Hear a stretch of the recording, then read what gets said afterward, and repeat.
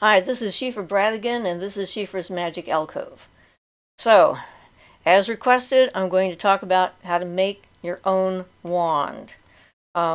Creating a magic wand is simple and complicated depending on how far you go into the whole process.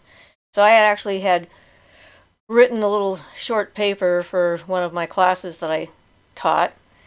And, the first thing you need to decide is what kind of a wand do you want to make. A lot of times people just think there's just one kind of wand. It's just a general sort of wand. There's not much of a description and a lot of the literature as to what to do with a wand. It almost seems like an afterthought in a lot of the books that I've read anyway. There may be some newer books out there that cover it in more comprehensive form, but I have discovered for myself that wands are probably the most versatile tool out there and can be extremely specific. And it's a way of tapping into it can be a way of tapping into a specific type of energy and tuning your mind and your own energy field to that kind of energy, making your magic work better, more effective, and help you focus more. So figuring out, like I said, first step is what kind of a wand do you want to make. Is it a general wand, a planetary wand, an elemental wand, or another kind of wand? And I have all of those. So deciding the type of wand is the first step. And then once you've figured out what you're going to make, then you need to do research into the different kinds of wood that might correspond to the kind of energy you're looking for. And not all of the correspondence charts that you're going to find are necessarily accurate, so you need to do a fair amount of research. I mean, I've done a lot of research into a lot of the different kinds of woods, and some of it makes sense to me, some of it doesn't, and a lot of this has to do with you and your mind and how it works and what makes sense to you and what doesn't make sense to you. So just because a list that you have found says that this wood corresponds to this energy, it may or it may not. I often do research into the myths that are associated with that kind of wood to get a better feel for how ancient people might have thought of it and what an appropriate correspondence might be for my purposes. And wood is not the only thing you can use to make a wand. I have my selenite wand, which I call it a wand. It's a nice big long thing of satin spar, selenite, whatever you want to call it. People get really picky about what it's actually called. It is a form of selenite, whether it's called satin spar or something else. But, its properties are light. I mean, it's like solidified light energy. So it's very versatile. And I had never thought of using just one crystal as an actual wand. If I was going to pick one, this would be the one I would pick because it's so useful for me for my paranormal investigations. Spirits can see the light that's coming out of it. I can aim the light coming out of it. I can, energize myself, clear my own energy field. There's all sorts of versatility when it comes to this kind of wand. So it's always possible that you can do wands out of other crystals, not just selenite. So, like, if you got a nice big long chunk of amethyst or something like that. And you can just leave it the way it is. You can put other stones on it if you want to add to the energy of what you're doing. So, and if you're going to make your wand out of wood, then there's other questions. It's like, first you have to, like I said, do the research and figure out what wood you want for the kind of wand you're making. And then it's going to depend upon your personal relationship with the universe and how you feel about cutting live wood versus picking up a piece of driftwood at the beach, or a part of the tree, a branch that has fallen in a storm that's on the ground. Everyone's got their own kind of thought processes when it comes to this. A lot of people are very offended by the idea of cutting living wood from a tree. They think it's hurting the tree. I'm not one of those people. I think that if my purpose in cutting the wood is to make a magical tool out of it, and I've spoken to the tree and told it what I want to do with it, and the tree has agreed to this process, and for me, it's a living being, and it leaves a part of itself in the wood for me.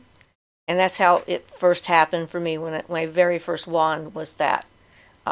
Trying to save the spirit of a tree that I knew was going to be destroyed, that I had a very emotional and close connection to. It was a tree I meditated under like every day for a year or more.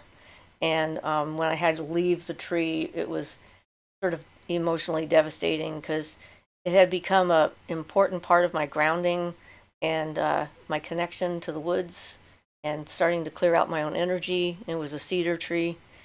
And so when I went back to take a piece of the wood, it was with that specific thing in mind, to save the spirit of the tree so that when they cut the tree down, it wasn't gone forever. Native American people call trees standing people.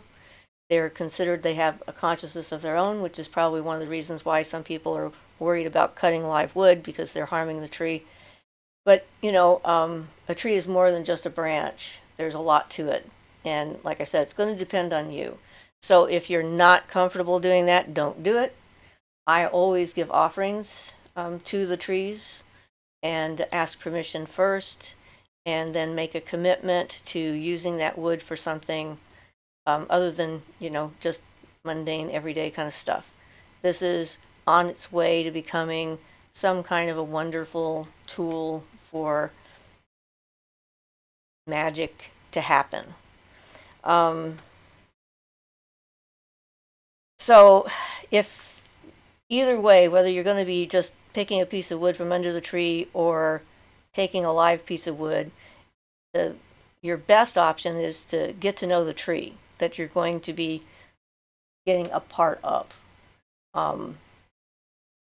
Sometimes it's not an option. I have some wood here that was harvested my way by someone I know, and I sent offerings to the tree, and she gave the offerings to the tree and harvested the tree, and then sent me the pieces so that I could do whatever with them.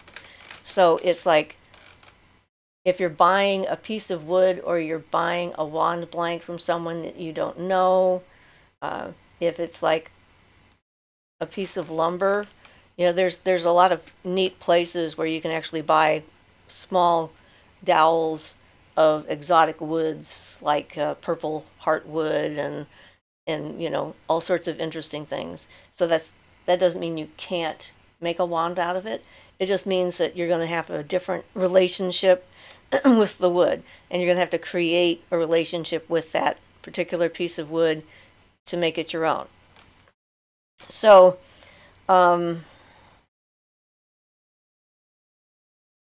if you're doing it the way I was talking about, you get a feeling on whether this tree is interested or not.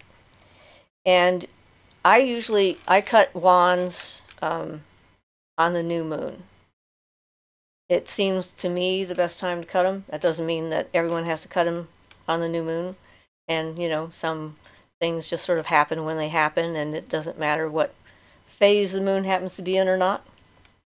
But so if you are cutting wood for a planetary wand, if you can cut it on the day of the week associated with the planet, that sort of adds a distinctive energy and focuses your energy in that direction. So most of my planetary wands I've done that way. Not all, but most. So, you know, at the least, if I haven't been able to harvest the wood on the day of the week, I work on the wand on the day of the week, so that I'm thinking about the purpose of the wand and what the energy is and what it means and that kind of stuff while I'm working on it. And then I consecrate it on its day as well. So that's what I do with a planetary thing. If you're making an elemental wand, the day of the week may or may not matter. It just depends. If you can cut it when the moon phase is in its element, then that's great. So if you're making a water wand and you can cut it when the moon is in Pisces, Cancer, or Sagittarius? No. What's the other water one? Yeah, apparently my astrology is not with me at the moment. But a water sign. Pisces and Cancer. Virgo is Mercury. Earth. Libra is air. Scorpio is water. That's it, Scorpio. Anyway, so you get the idea. Whether I get it right or wrong, you can do your own research and make sure you have it right. And if you're cutting fresh wood, then you want to start working on it right away. So like, let's see.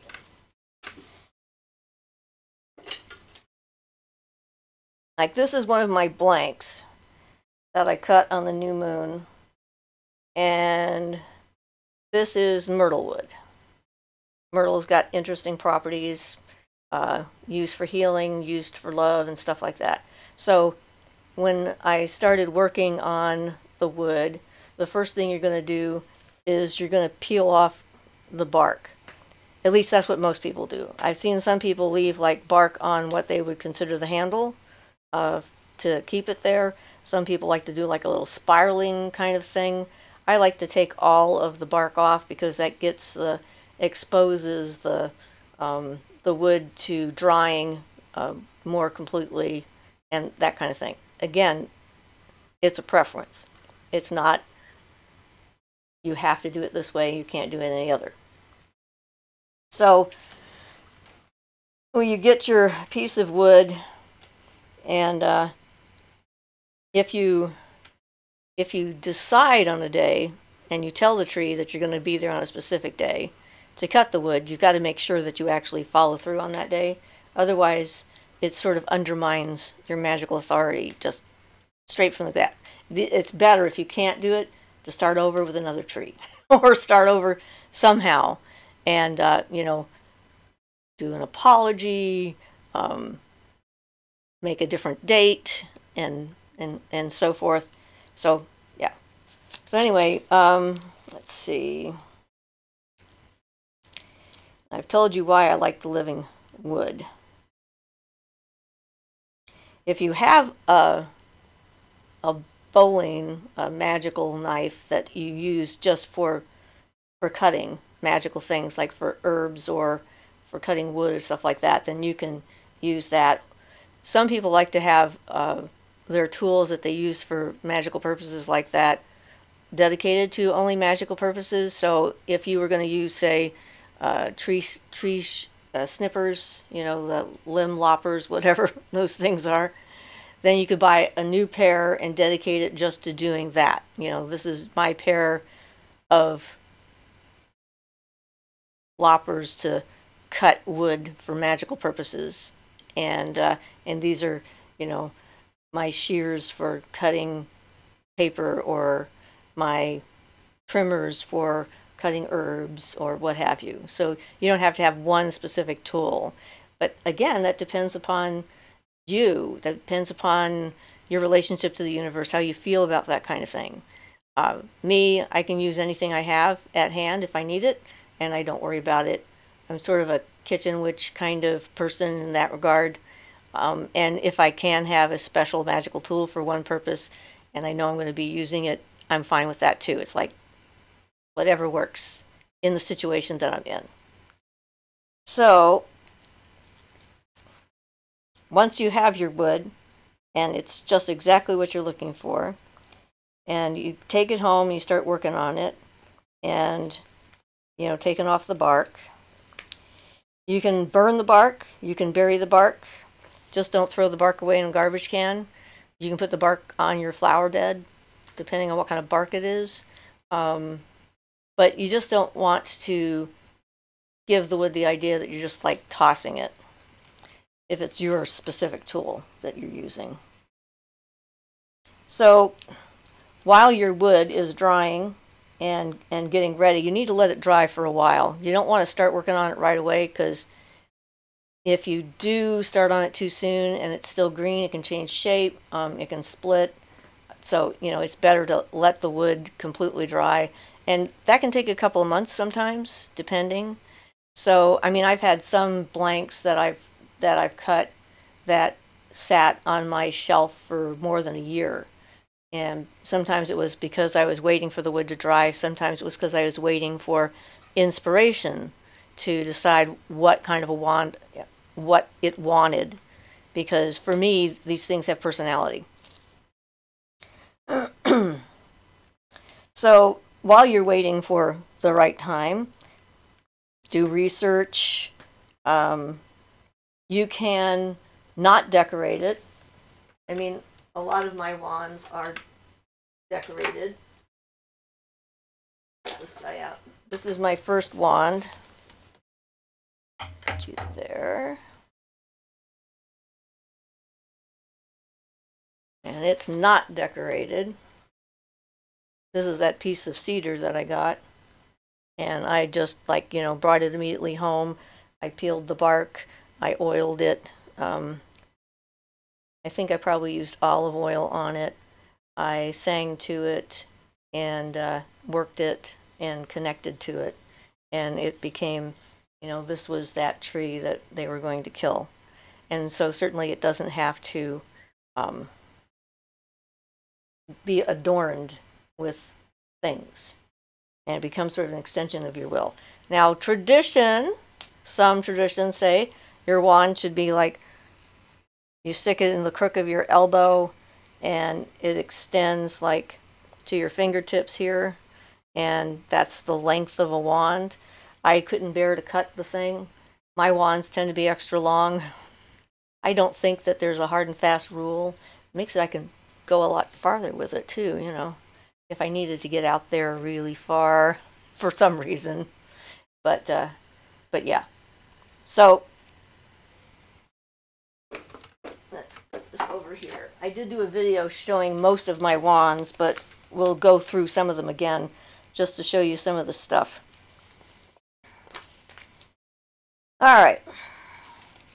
So if you decide you're going to decorate it and you want to like bring in specific energy, do your research, correspondence charts, metals, colors that are associated with it, and start gathering them together. Sometimes it's like I gather them together and I don't know why before I have the wood. I've had that with several of my wands where I've wandered through, like, you know, different rock shows and crystal shops and whatnot, and seen something that's just like, I think I need that. I don't know why exactly I need that, but I'm going to need that at some point, so I'm going to get that. And then I buy it and I stick it away in a box. I have like a couple of little containers or whatever that I put crystals that talk to me like that, and they're just sitting there waiting for the time when they're going to be needed. So, you know, doing the research and everything else is definitely the thing to do. You also want to anoint the wood. Wood needs to be fed. And so extra virgin olive oil works as a general base. You can use that on pretty much any wood that you want. And it's not hard to come by. Frankincense will cure the wood, and it smells wonderful. So, like, I bought, when I was doing, like, this has already been treated with frankincense and, you know, made into an oil.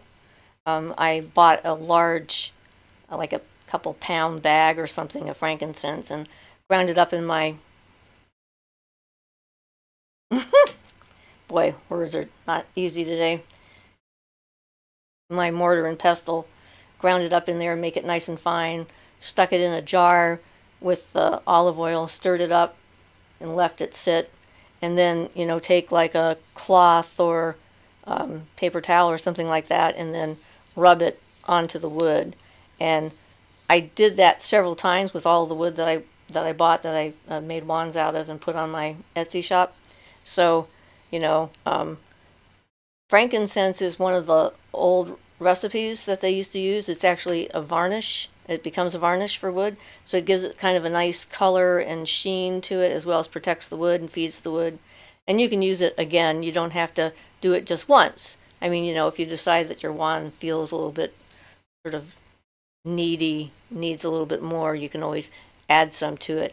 And again, making your own that way adds your energy to the process and your attention and your focus, and putting it on connects you to the piece of wood that you're working with, and helps to develop that relationship. So once you've gotten that like done, then if you are ready, you can start decorating it. Now there's a lot of different techniques that you can use for decorating your wand. Okay, so now this one here, this is a talking stick. It is shaped like a wand. I mean, it's a piece of wood, and it is sort of like a wand, but it is definitely a magical tool. And so this is a piece of rosemary wood from my yard, and in this case I used beads like that I had in the, you know, this is like some rose quartz beads. This is some jade or jadeite in here. This is a piece of hematite here, a couple of pieces of hematite for grounding, a piece of tiger eye, kyanite, quartz crystal, and amethyst. You know, so I went through and specifically picked different stones to help people focus and concentrate and maintain a centered space so that they could access their feelings in using it as a talking stick.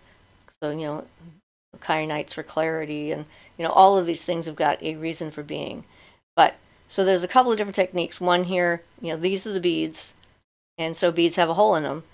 So they're fairly easy to just stick a piece of wire through and then wrap it around the wood. This one here, the tiger eye, actually I think it is, it's a flat bead kind of thing.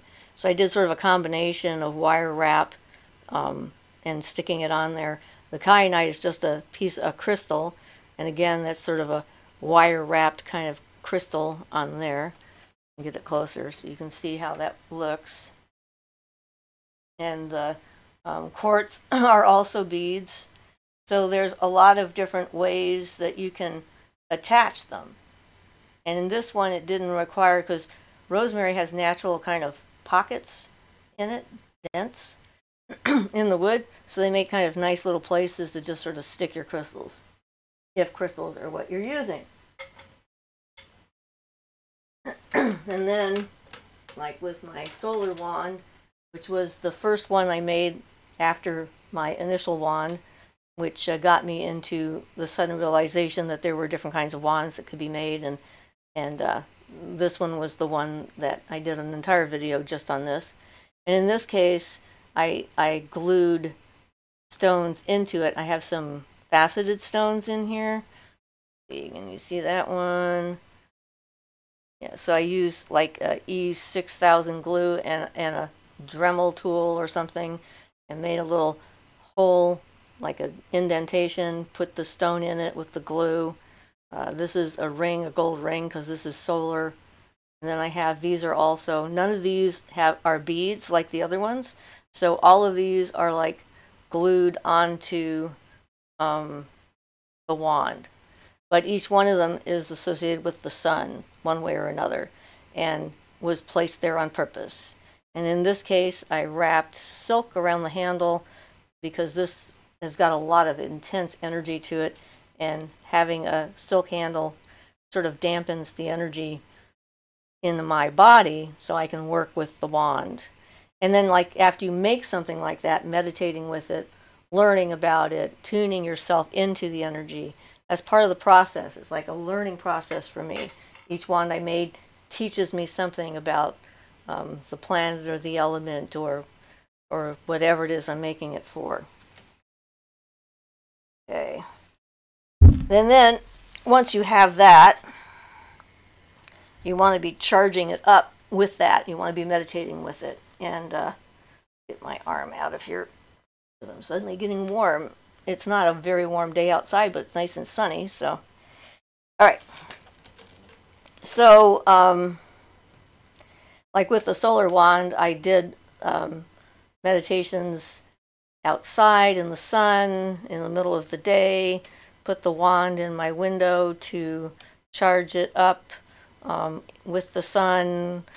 You know, it's like, and meditation on what the sun meant, what it is physically as well as energetically and magically, to understand its purpose. And I learned a lot by doing that.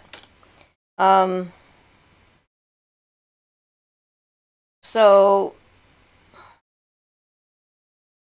dedication and consecration is also a process to make the wand ready for magical operation. You can dedicate it first and then consecrate it later. The idea is, well, they can be both sort of intertwined or different words for the same kind of process. But what that means basically is that you're stating to the universe that this is a magical tool, this is what the magical tool is for, that you will treat it as a magical tool and honor it as such. You will treat it as a sacred object. You won't let somebody pick their teeth with it or, you know, anything else that would not be magical in nature. Bring in the energies that you've been focused on having. Like, I guess that comes before you charge it up. I missed a spot. So you can do that formally, like passing a circle and showing it to each of the elements, putting it in each of the elements, dedicating it to a deity. Or you can just sort of state it and say, this is what I'm doing, and this is what it means. So when you're charging it up, we already went over that. And then, depending on how you're working with stuff, silk is a really good fabric for insulation, energetic insulation. One of the reasons why they used silk to wrap tarot cards in was because it sort of keeps external energy out of the deck and keeps the energy that's accumulated in the deck in the deck. Same thing for wands.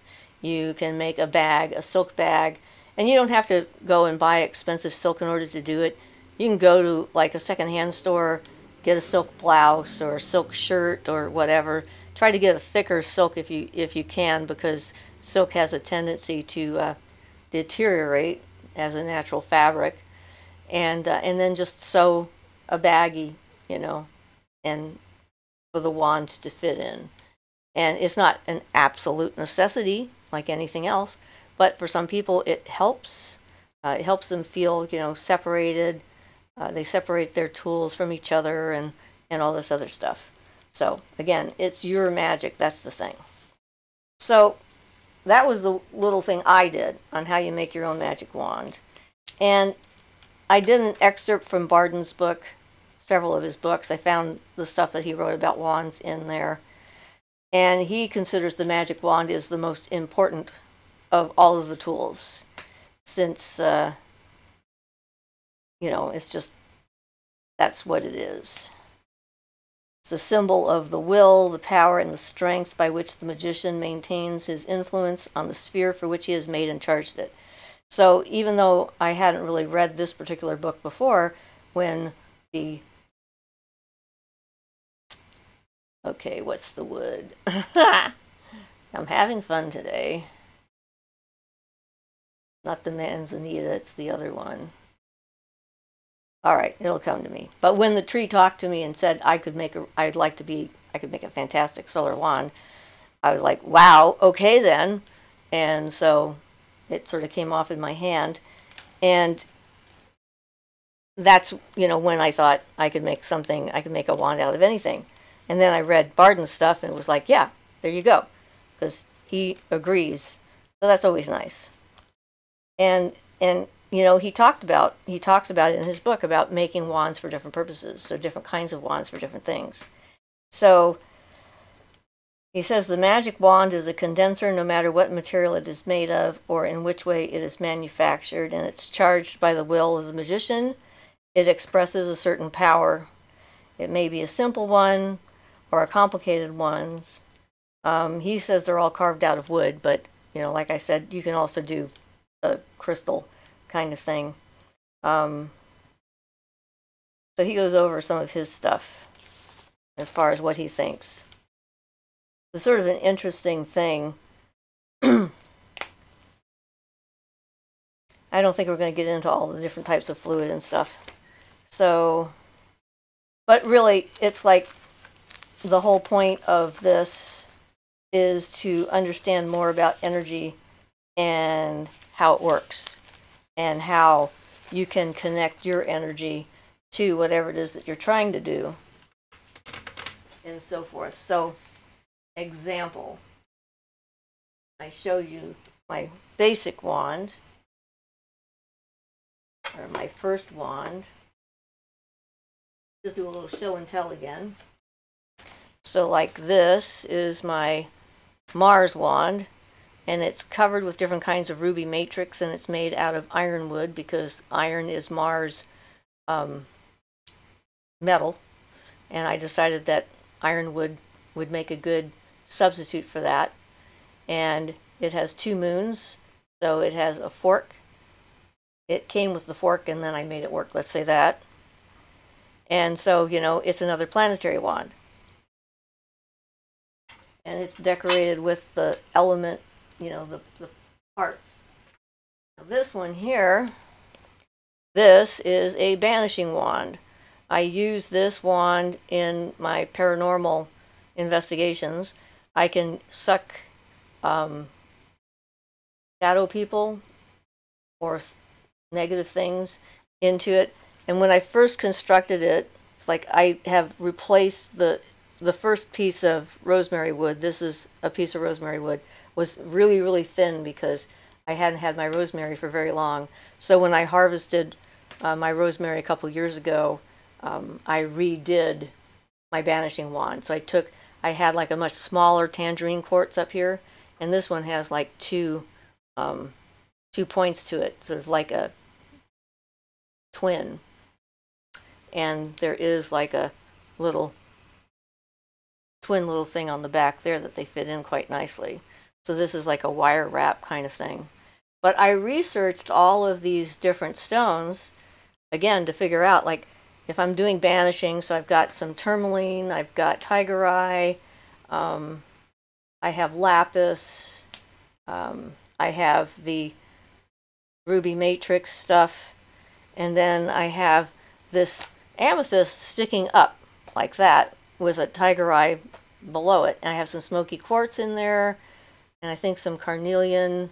But, you know, it's just like research, found the stuff lying around, like, this is what I'm looking for, okay, put it on. And I wondered when I first made it why I had this like sticking up, because usually it's like you've got your end, that is the thing that projects, and then some people put like a round ball kind of crystal on the bottom for the pommel, but generally speaking you don't have, like, you know, something like sticking out going in that direction. So the first time I used it, I understood why I made it that way. It's just sort of interesting. And I was pulling in the negative energy through the crystal in the front, and it came in like this, and when it hit the amethyst, it went back up like this and kept going around. It's like it kept it in this part of the wand so that it wasn't getting into me. So this was, without realizing it until later, how I protected myself from the energy I was pulling in. So you know, it's like following your intuition. Sometimes you figure out exactly what that intuition was all about. And each one of the stones here has got a recorded history of being good for dealing with or banishing or holding negative energy and stuff. And so I pull the energy in, and it would stay in the wand. And then after I finished the rest of the stuff I was doing in the house I was investigating or clearing or, you know, sealing up and stuff to keep the people inside safe from further intrusion, I take the wand outside and then put that in the ground and then focus the energy coming out of the wand into the earth and let the earth take that energy and disperse it through all the earth. And so that would like dissipate kind of and diffuse everything. So this is a wand, but a very different kind of a wand. It's a magical tool made out of wood, and not like for casting a circle or calling in a specific energy. This is more for holding and containing a negative energy and then safely transporting it somewhere else. So this was interesting to me. So that's my banishing wand. And again, because this is rosemary, I did this with beads, most of these, except for this one and this one and this one, which are wire wrapped. Yeah, so it's like whatever feels right when you're doing it. And if you understand the process later, it's awesome. And if you don't, oh well. So they don't all have to have a single head like the Mars one. This is a Saturnian, my Saturnian wand. And it's basically a piece of aged alder. And it has black tourmaline on it and black spinel and crystals, quartz crystals. And 3 is the sacred number for Saturn, or its number. Again, associations and so forth. And Saturn is my ruling planet. I thought it was a good idea to make myself a wand for that. So I can work with that energy.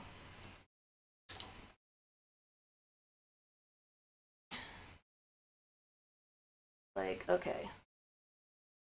So my first elemental wand, this is an elemental wand, and elemental wands are made to work just with a single element. And I can tell you from personal experience, this wand will not cast a circle. This is a water wand. And again, you can see how it's very different. Each wand is completely different than every other wand. So they have their own unique personality, their unique energy signature, and each one activates different parts of my memory and my energy field to tune me into their energy. So I have, at the moment, 3 elemental wands. This is the water wand. This is the air wand with kyanite. This is all kyanite. And cherry wood. The water wand is willow, my associations. And then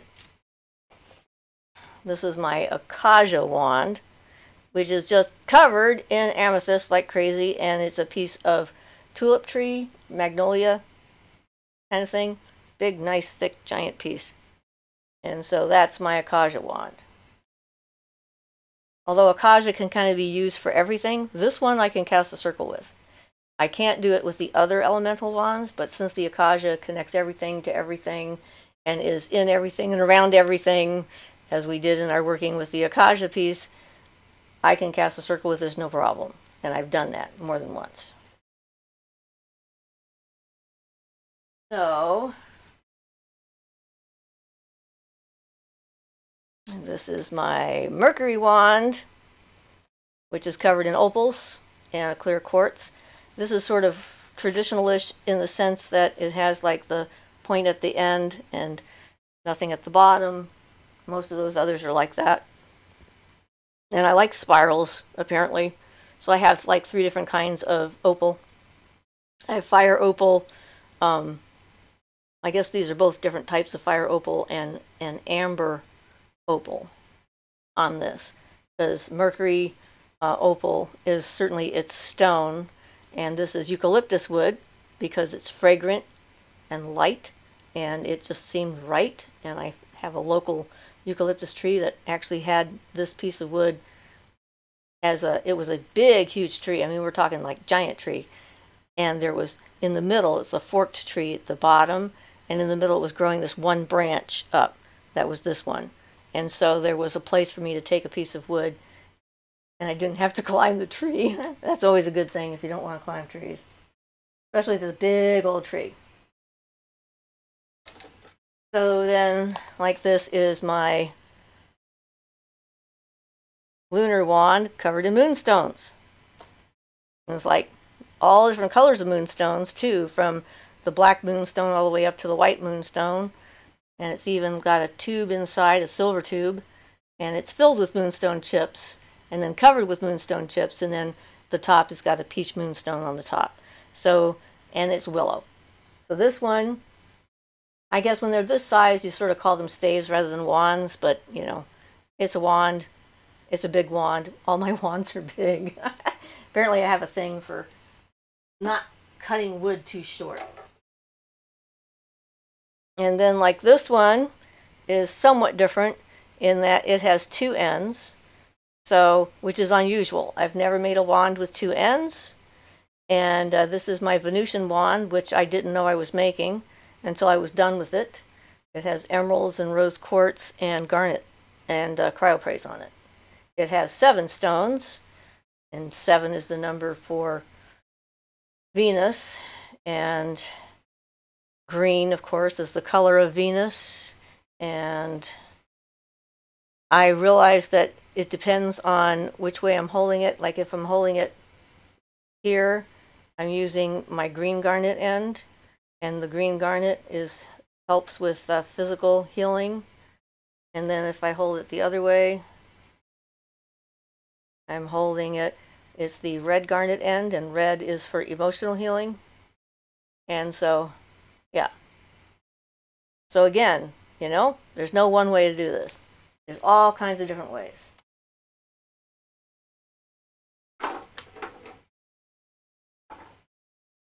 Then, you guys have seen this. This is my fairy wand. These were stones that I had gathered at all bunch of different rock shows. And they just sort of hung out in that box I was telling you about. And when I finally got the piece of wood, the yew wood, did a bunch of research on yew, decided what it was for, got my own personal associations with it, etc. And then went to look at what stones they wanted, and they pretty much picked almost everything in the box. They wanted a lot of stones. So I put them all on there. Why not? So there's amethyst and jade and rose quartz and angelite and jadeite and tiger eye, I think, and it's like labradorite, and yeah, it's just like lapis is the top one. So this one's got like pointing at the end and, you know, a handle at the bottom for me to hold on to, just because it makes it easier for me to actually hold the wood. So, and in order for me to get the lapis on the end of this, I put this copper tube. You can get this at a plumbing store anywhere, and I got a bunch of different sizes of copper tubes that I use and stuff, because copper is nice and conductive, and wrapped some what do you call it, faux suede under it, and put the lapis in the suede and put this on it and glued it all together. So I use glue. Some people might not want to use glue. Again, all of this stuff depends upon your own particular style of magic and your take on things in the universe. The whole point of making the wands is, like I said, to tune you into the energy that you're going to be working with, and the fact that it can be almost anything. I mean, from the talking stick to the banishing wand to the, you know, lights wand to all the planetary or elemental wands. It's easier for me to switch gears if I'm using a specific wand. It kind of like all the memories that I have associated with it, the time I've spent with it, the meditations I've done on it, the stones I've handled and put together on it. Those are all part of that.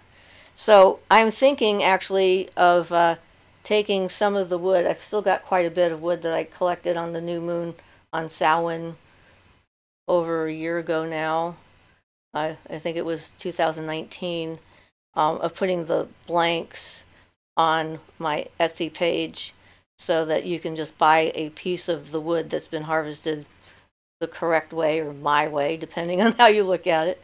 If it's not the correct way for you, then don't get it for sure. And that's another thing. It's like if you're going to buy something for a magical operation, for magical purposes, I don't care if it's for a wand or anything else. One of the things that stuck with me in Starhawk's book is never haggle for if you're going to buy something for a magical purpose. Because by haggling, you are telling the universe it's not really that valuable to you. You either can afford it or you can't. You either let yourself afford it or you don't. It's like it's much better to leave it behind than to haggle, and because it dilutes your magic. The universe gets that message loud and clear. It's like, yeah, okay, they're just sort of play acting at this, and the magic itself is not as important as how much money they have to spend. And it doesn't have to be expensive either. That's the thing. It's like a lot of these things, some of them I spent a fair amount of money on. I spent a lot of money on that lunar wand because those moonstones weren't cheap. I was like, wow, okay. But I didn't haggle. It's like I bought them because I wanted them. And it was important to me to have them for this purpose. And I like the configuration I ended up with. I have one for each of the phases of the moon, or each full moon, 13 of them throughout the year. And, it's got every association I could want. And, yeah, so that's the thing. It's simple and complicated. It can be time-consuming or something you find on the ground and just decide you're going to go with. It can be decorated, not decorated. It's your relationship with it and the connections that you make with it that improve or enhance or inform your particular type of magic. And that's what's important. If you're going to be walking this path, you need to find your kind of magic, the thing that doesn't make you doubt yourself, or it just feels right. There's something about it that feels right, and we're all different, so we're all going to have somewhat different styles. So hopefully this has been informative and has given you a lot of inspiration and ideas on ways to make your own wands. So I guess we'll talk to you on Sunday. I'm doing better. Ian's doing better for the moment. So yay, let's keep on going in that direction. And have yourself a wonderful weekend until I see you guys, some of you guys, on Sunday. So this has been Siofra's Magic Alcove, and I'm Siofra Bradigan. Blessed be.